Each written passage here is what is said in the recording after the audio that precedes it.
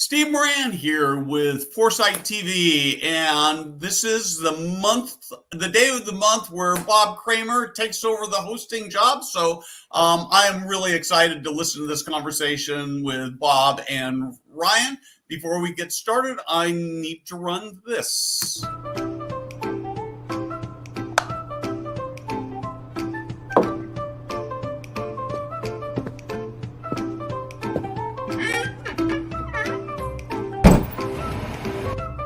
Hey guys, Steve Moran here.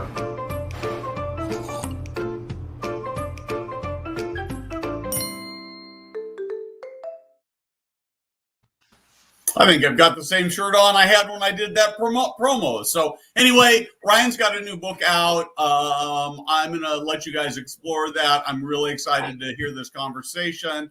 Love to have your comments along the way. And with that, Bob, I'm going to turn it over to you.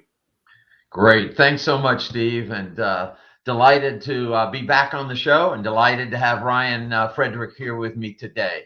For those of you that might not be familiar, I'm co-founded NIC, led it for many years. And then in April of 2020, together with Ryan and a number of other fellows, I founded and serve as a fellow at Nexus Insights, which is a think tank promoting the well-being of older adults through innovative models of housing and healthcare, which really leads us to our topic and our discussion today. I'm delighted to welcome Ryan Frederick. Ryan is founder and CEO at Smart Living 360. But most importantly to our discussion today, he's also, officially as of Tuesday, I think it is, now a published author of Right Place, Right Time, the ultimate guide to choosing a home for the second half of life. And in addition to that, I'm delighted to say Ryan is a fellow with me, together with 10 others at Nexus Insights. So Ryan, first of all, welcome and congratulations. This is an exciting week, I think, for you. Some have described to me that sometimes writing a book is like giving birth. Well, I don't know what giving birth is like, really, except very indirectly. But congratulations. And, first of all, though, before we get into the book and the thesis of the book and what it means, especially for our audience, tell us just a little bit about yourself and about Smart Living 360. Yeah, no, thanks, Bob. It's fun to be together, and it has been an eventful week. And similar to you, I've seen the parallel of birthing. I can't relate to that firsthand. Been careful in those references with my wife. Yes. But no, it's been a good week, and I look forward to going to that in a little more detail in a moment. But yeah, a little bit of my story briefly. In fact, Bob, you were there from the beginning for this field. The quick version is, my background really was in technology, and then I went to Stanford Business School, and I decided to change that and focus on innovation and aging, and worked for a summer at Sunrise. Lived in a community for a summer there that was really significant, I think, for my trajectory, my passion around this. And so for the last 15 years, I've been focused on the real estate investment side.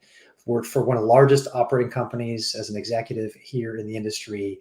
I've been on the boards of for-profit, not-for-profit groups, do a lot of strategy consulting with groups across the country, a little bit internationally as well.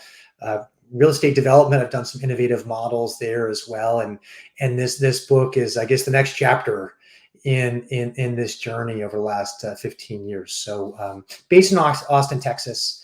And in terms of Smart Living 360, it's really three things. It's one, is strategy consulting across our industry, CEOs, executive teams, boards, helping them map out where they should go, which is a pretty interesting time here, I think, at the moment.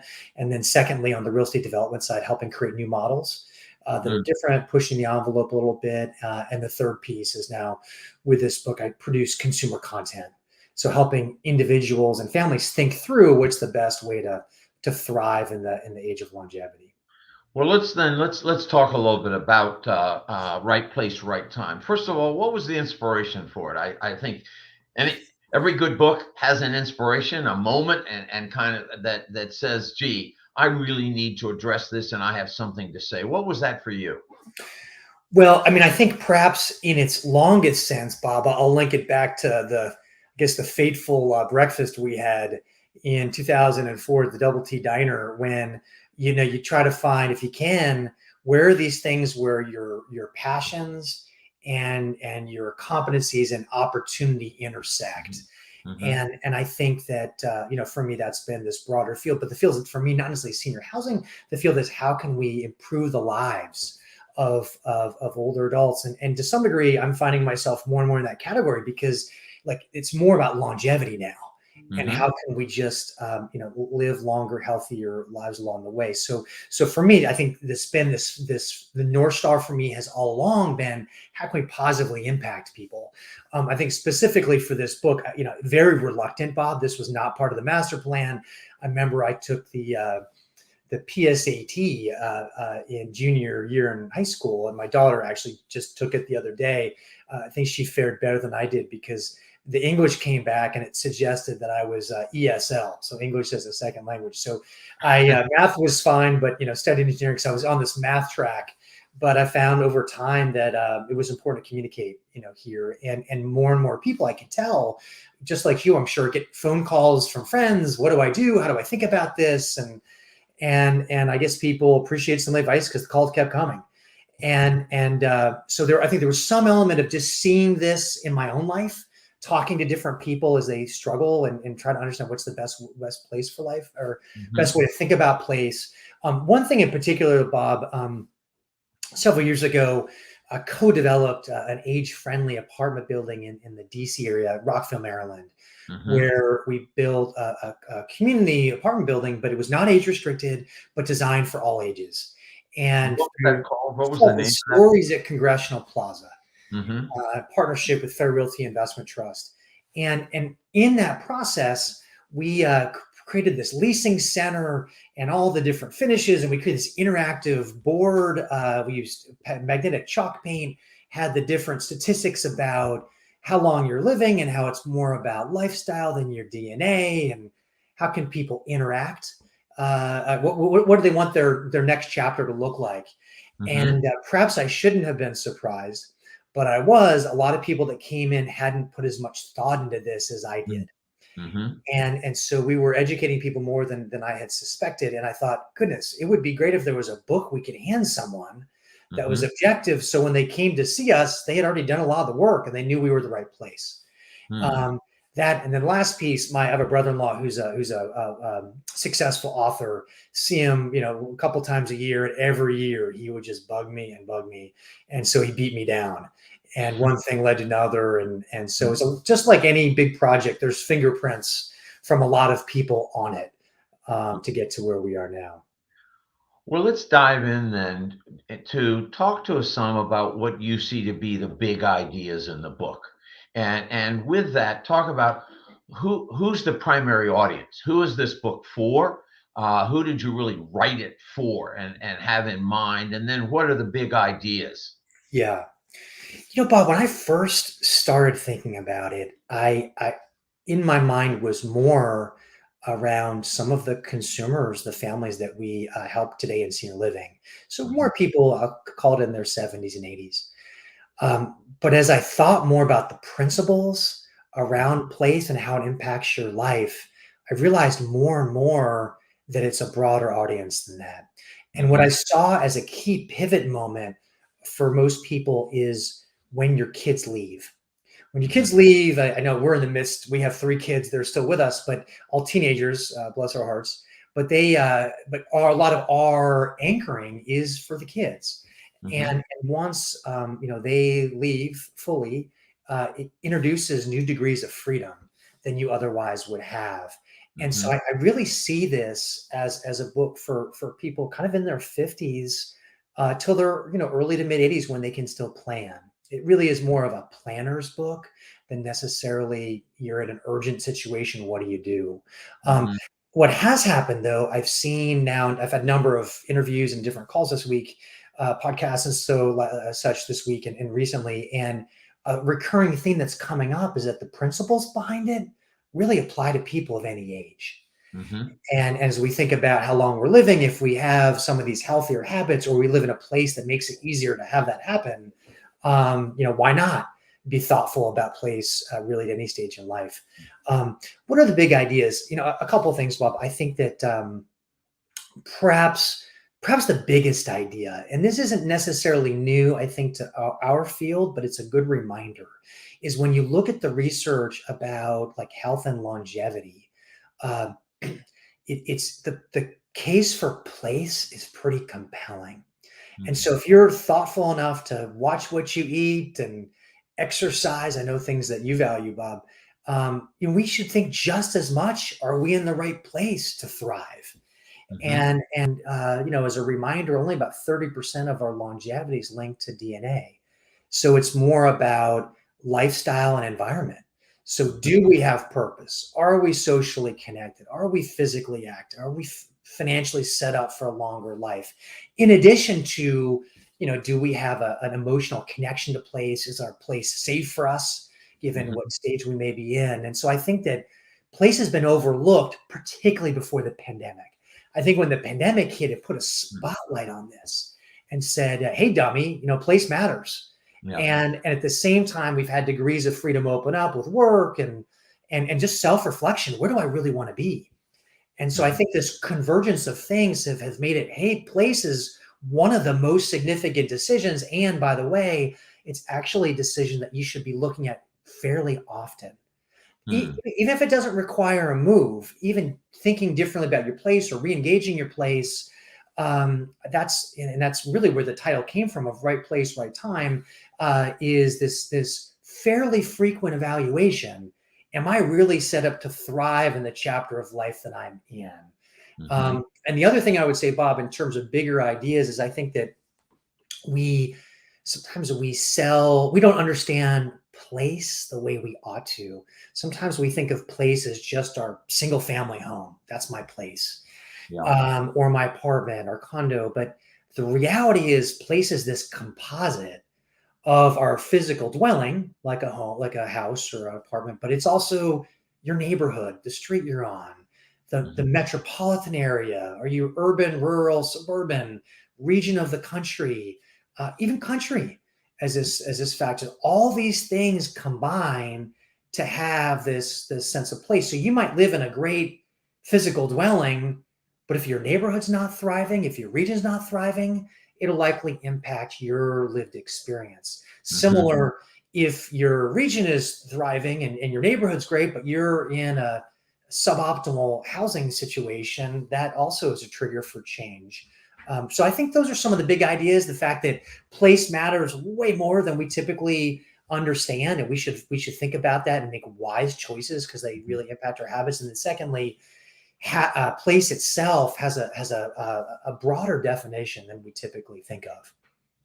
Well, one of the things that strikes me just listening to you describe it too is that, and even in your own realization, and that is that people should be thinking about this, particularly, they should be thinking about it much sooner than they normally do. That for many, it's triggered by a crisis.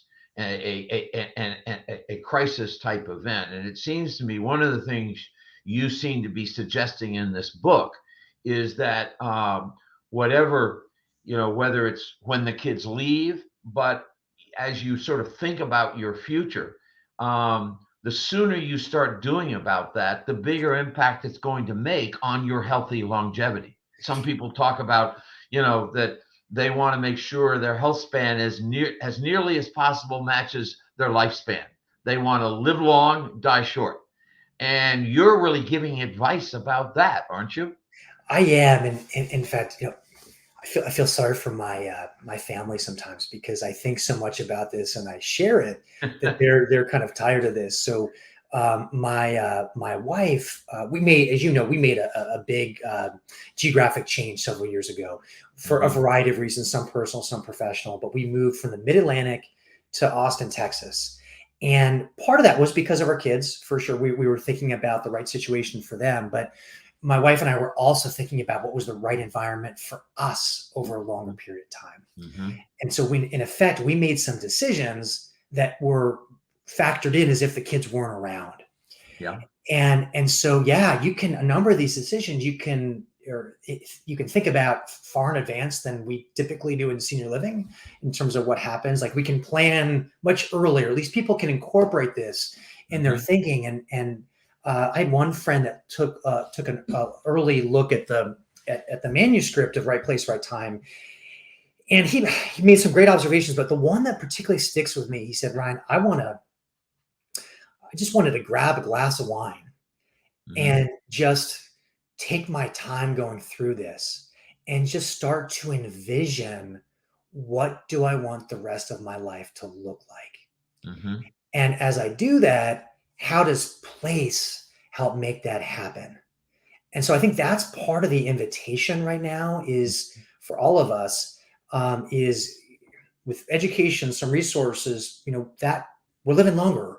And it starts with, what do you want that to look like?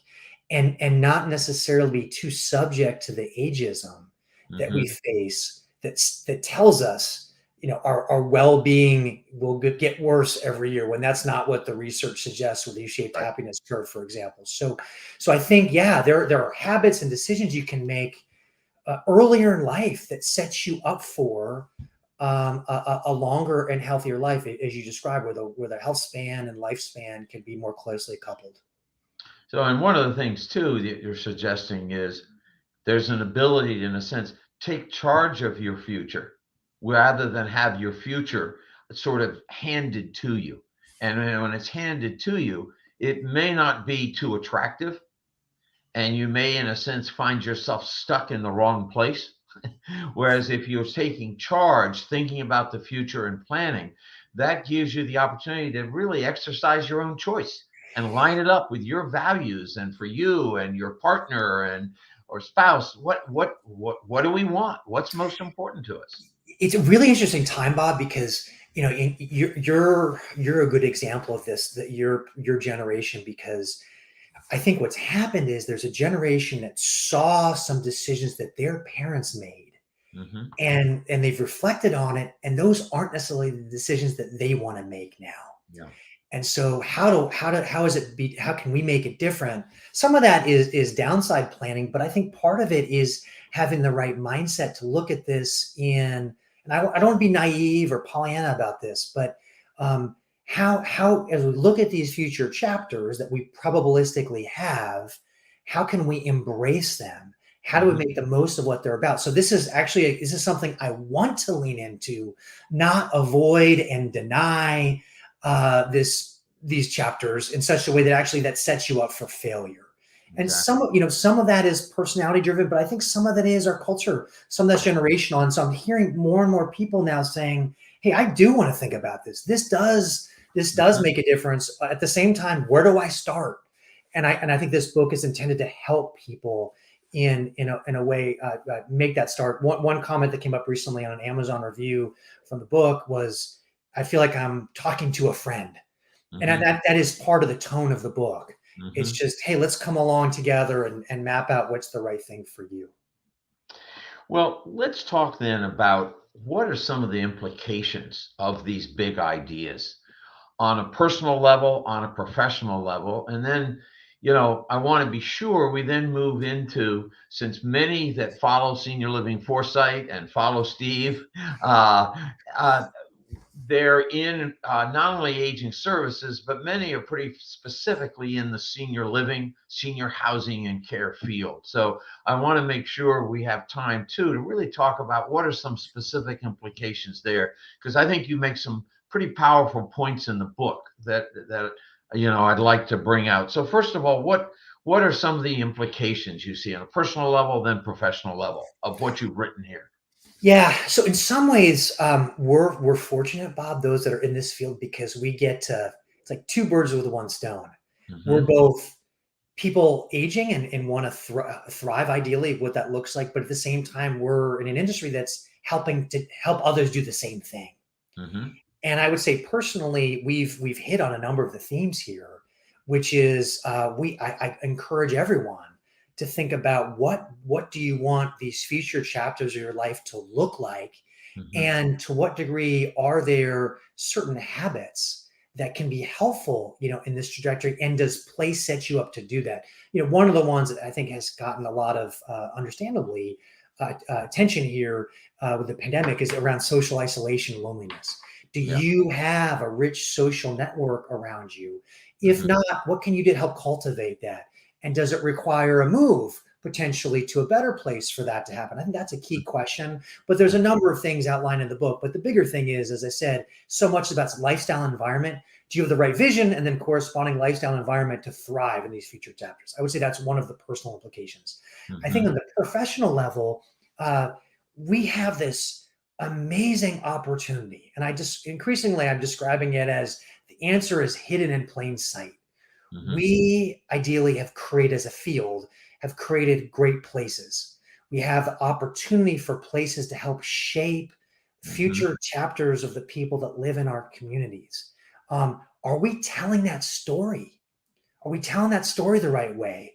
Are we focused too much on some of the details of what is in our apartment unit that we're trying, or instead, do we talk about lifestyle, but at a more superficial level? What if we had an opportunity instead to think more deeply? How can your next chapter be fully written by coming and living with us? And as making this your community, it's yours. How can we give you the pen so you're motivated and able to write that next chapter that you dream of? And I think that's part of the implication here professionally. I think there's a key strategy thing though too, Bob, for organizations, and that is part of the book goes into all these different options. And I like to think that I knew this stuff before I wrote it, but as I got into it, I'm like, oh my gosh, I didn't know about this, I didn't know about that, and so it's real education for me as well. But because the book is written through the consumer's eyes, and one of the benefits of reading it and being with it is you start to see how housing for older adults is a very much bigger umbrella than senior living. And how is it, if for those that are watching right now and listening, how does your community or your place, how does it fit relative to all these other options? And fundamentally, what's your value proposition? I get concerned that for part of our field, that value proposition that we have, it's not as strong and not as clear as those in our industry would hope. And the more that we recognize, the more the industry recognizes that, the better position it'll be to do something about it, and ideally better align that value proposition with the new wave of people that are coming in and aging. Yeah, well, as you know, I've spoken and written about the fact that at times the senior living industry, particularly in the last year, last decade, has more and more gravitated to its value proposition is we have the care you need when you absolutely can't live without it. And that creates a sense of we get people who are pushed out of their home and there's not a pull factor. In other words, there's not something attractive about the lifestyle that causes people to say, I want to be there. So let's just chat about that for a moment. And what might that look like if we thought about a value proposition and positioning our communities in a compelling way to draw new residents? What might that look like in terms of, you mentioned sort of giving them the pen to write the next chapter, which, by the way, in and of itself is a proactive sense of the future being attractive and being productive, rather than we're here to memorialize who you were and to entertain you while you go through this decline phase of life. Yeah. So two things on that, Bob. One, I think that again, when someone goes through the book and sees the world through the eyes of the consumer and recognizing how things are changing as well, I think people sometimes think it's either a single family home or it's skilled nursing. So naive.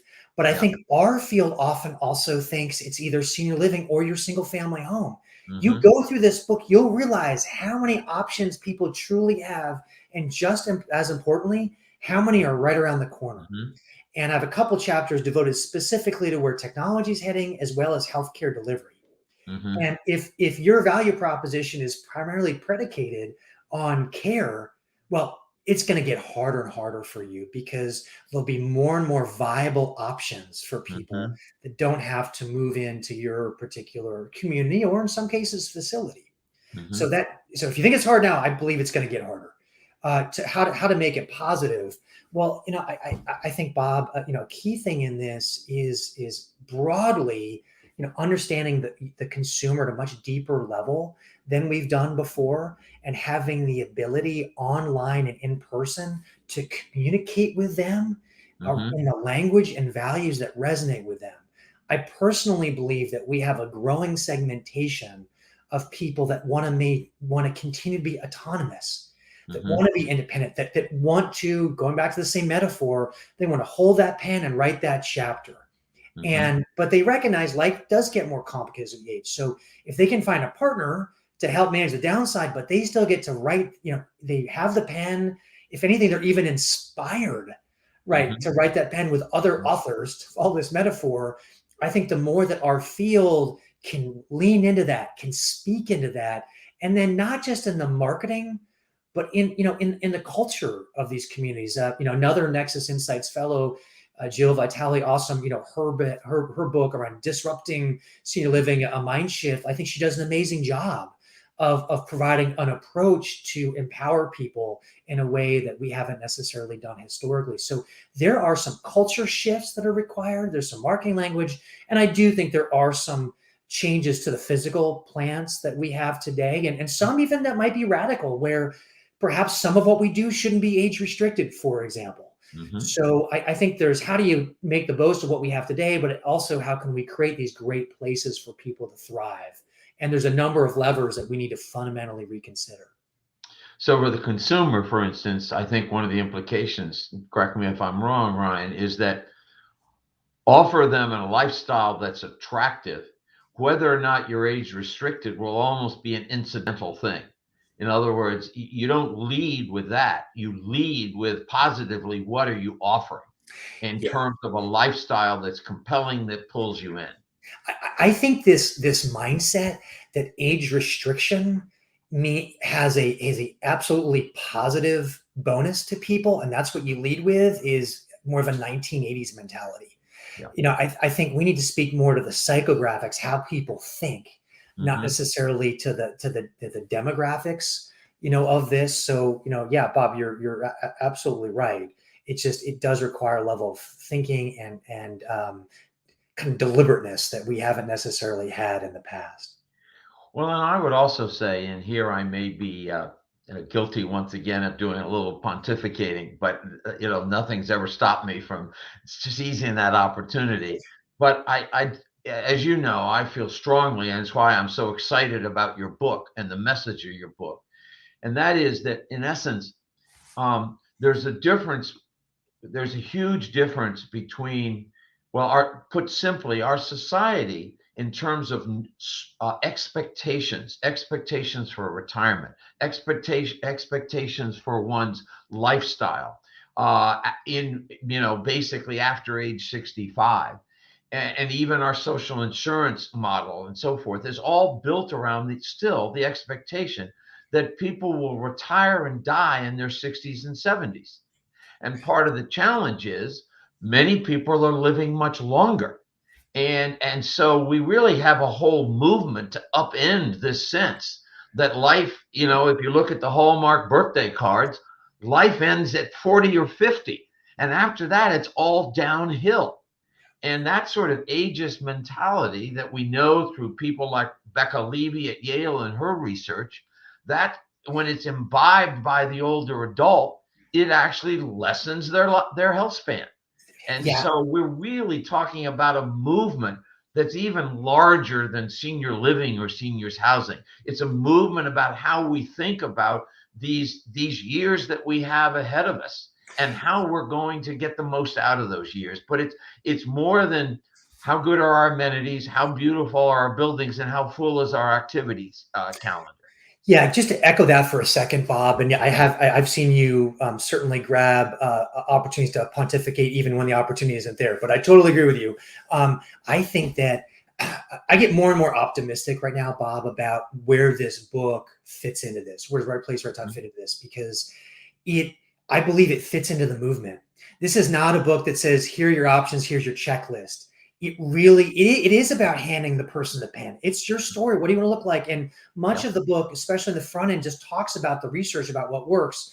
I want to close with one thing, and that is that I'm now getting comments from people outside of our industry as they read it, and they're seeing a bit what you're talking about, Bob. They're saying, wow, this is actually inspirational. Yeah. Like, how can I use this as a platform to really think more deeply about what I want? This is new and different. And so I hope this is part of the discussion and part of this movement. Yeah. Well, I want to commend you for writing the book, for, in a sense, writing a book and being part of leading a movement to rethink how we think about, really, in some senses, it's the second half of one's life. It's not even the latter third. It's the second half of one's life. Right. And, I think that is key, because ultimately your message has the most importance for millennials and Gen Zers.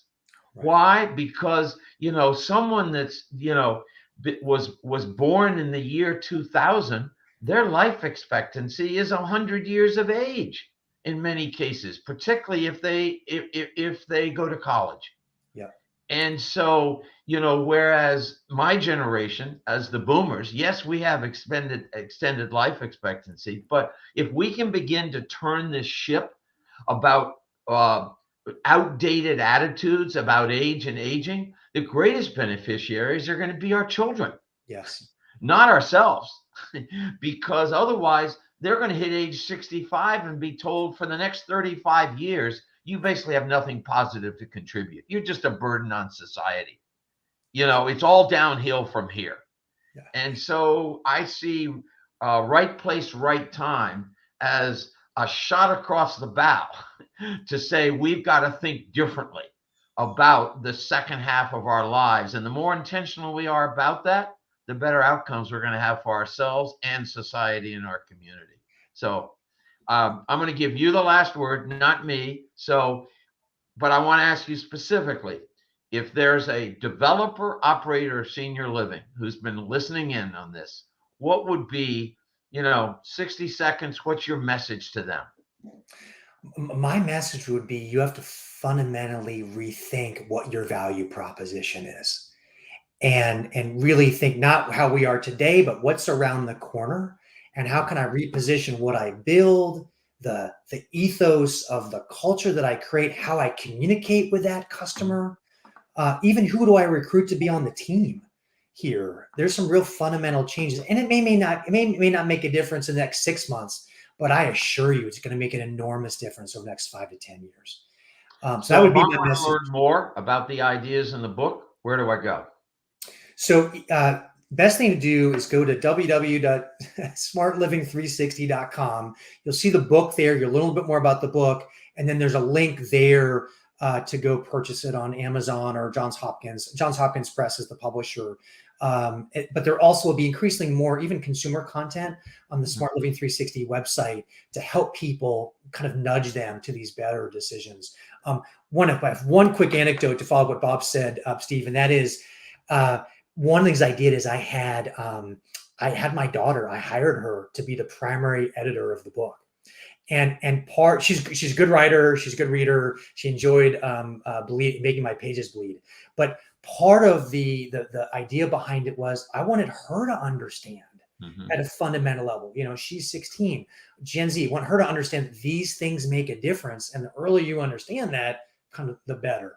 So I think you're right. And the biggest beneficiaries may be the youngest people today. Yeah. Well, thank you, Ryan. Again, Ryan Frederick, author of the released book on Tuesday, Right Place, Right Time, The Ultimate Guide to Choosing a Home for the Second Half of Life. Get it, read it. Follow up with Ryan, smartliving360.com. In addition, join us at Nexus Insights. Follow us at nexusinsights.net to learn more, because ultimately, as Ryan and I have just talked about, and as I know Steve is excited about too, this is part of a movement. It's larger than seniors housing. It's larger than senior living. It's larger, especially than aging services, which in and of itself is a bit of an archaic phrase if you think about it. So if we're going to have older adults take the pen and write their next chapter, then that's a real movement that's going to upend a lot of social expectations and structures. You heard it here, Senior Living Foresight TV. You heard it from Ryan Frederick. And Steve, back to you. Thank you very much. I'm so sorry we're out of time because I've got this long list of notes and questions I would love to talk about. The one thing I guess I find myself, I love this comment. I wanted to put it up that came in through LinkedIn. But one of the things that I find myself wondering about is, so I'm 66, so I'm in the middle of you two. And I think that people in my generation have a bit of a denial problem about growing older. And, you know, it certainly hasn't hit me yet. I'm very, very active, but I'm wondering if we're going to this generation is going to hit some sort of a wall and what impact that will have. And I'm actually not going to let you answer this because we're right way out of town. But one thing the one other thing that I would say is it's an exciting time and it's an adventure we're on, right? And figuring this out is great. My biggest single complaint about senior living right now, I've been very public about this, is I just do not want to live in a single generation of people. I have a lot more at 66. I have a lot more in common with people who are Ryan's age than I do with people who are in 70 and 80 years old. And I hate the fact that I have to be lumped. Nothing wrong, different generations, but I think that that's a huge, huge challenge. So with that, thank you very much. I'm going to end the broadcast, and I appreciate the conversation. This is something we need to keep talking about. Thanks so much, Steve. Thanks for the opportunity. Steve. Thank you, Ryan. Thank you, Bob.